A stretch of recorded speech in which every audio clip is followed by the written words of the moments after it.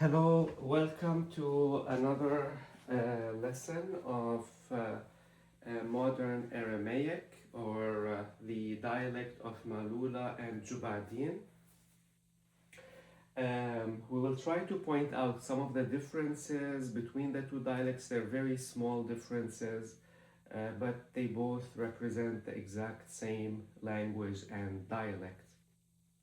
And again, this is the closest living language to the language that was spoken by Jesus Christ. We will talk about the relative pronoun, which is T. So we will see in older Aramaic it was D with the sound D as in drive. But with time, the D became a T, together. So now it is pronounced T. While in older times, likely during the time of Jesus, it was probably pronounced D. In Syriac, which is another dialect of Aramaic, not the one spoken by Jesus, but it was the one used in the early Gospels, we will see it was just pronounced as a D. So just the D sound without the E. So for example, here we have tipsona. In the past, it was probably pronounced deepsona. And in Syriac, it's pronounced dipsona. So just the D. So let's talk about the modern pronunciation, which is T. And we're going to start focusing a little on the spelling. Again, we're using the book Western Neo-Aramaic, the dialect of Jubadin. So it's going to be Dalet and a Yod. And this will give us D. Now, the closest English word to this is the preposition of. So, for example, if I say the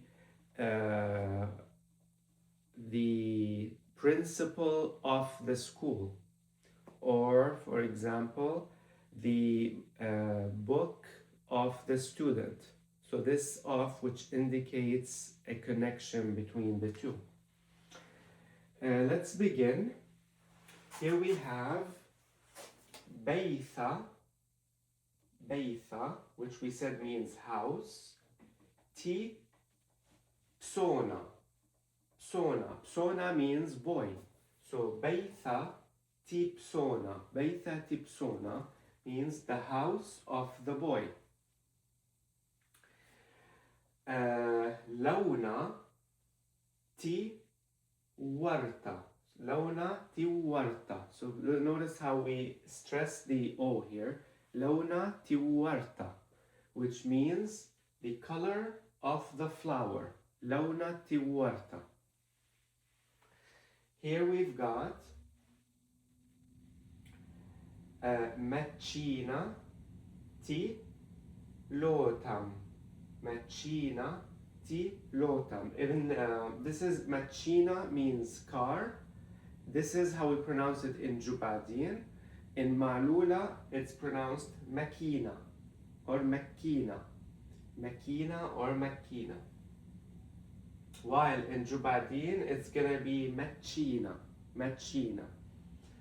So Machina ti lotam. Notice Otam is actually Odam, which is Adam. So the old Aramaic pronunciation is Odam. The D becomes a T in the modern dialect, so it becomes Otam.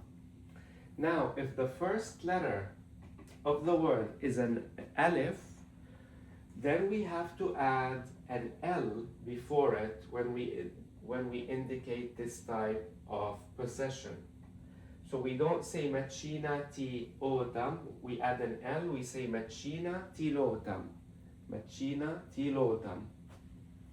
And the reasoning for this is because we have to double this first sound, and it's really hard to do when you have an Aleph. So this means the car of Adam. Machina ti lotam. Next we have ti khola. Ti khola. Khola means beautiful. When we say ti khola, this is a different use. Notice, this means the one who is beautiful, or the beautiful one. So we say ti khola, the beautiful one. Here we have ti khassay summuk. Ti khassay summuk, which means the one who is wearing red. Summuk is red, and that's where we get the word sumak, if you're familiar with the spice. Ti khassay summuk, the one who is wearing red. Now we're gonna start looking at passages. I want to start building up to get you closer so that we can read maybe some verses from the New Testament. Here we have the following sentence. Dhimsek,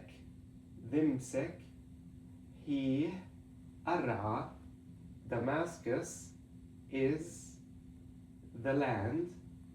Dhimsek, he Ara, ti khilketh ba. Ti, which is, khilketh, I was born, ba, in her. So ba, in her, khilketh, I was born, ti, which is. So the land which I was born in, but we have to say ba. So ti khilketh ba. Then we say ti. Now this is a different use of ti. Ti morek. Notice how we always emphasize and we double that first consonant. Here we said khilketh. Here we're going to say morek. Ti morek means whoever passes through. Minna passes through her. Bi ruh minna. Whoever passes through her will love her. So remember, we have to say her in Aramaic for Damascus. So ti morek minna, whoever passes through her, bi ruh minna, will love her. Let's read it one more time. Dhimsek, he Ara, Damascus is the land. Ti khilketh ba, which I was born in. Now, ti, the other use of ti morek minna, whoever passes through her, bi ruh minna, will fall in love with her.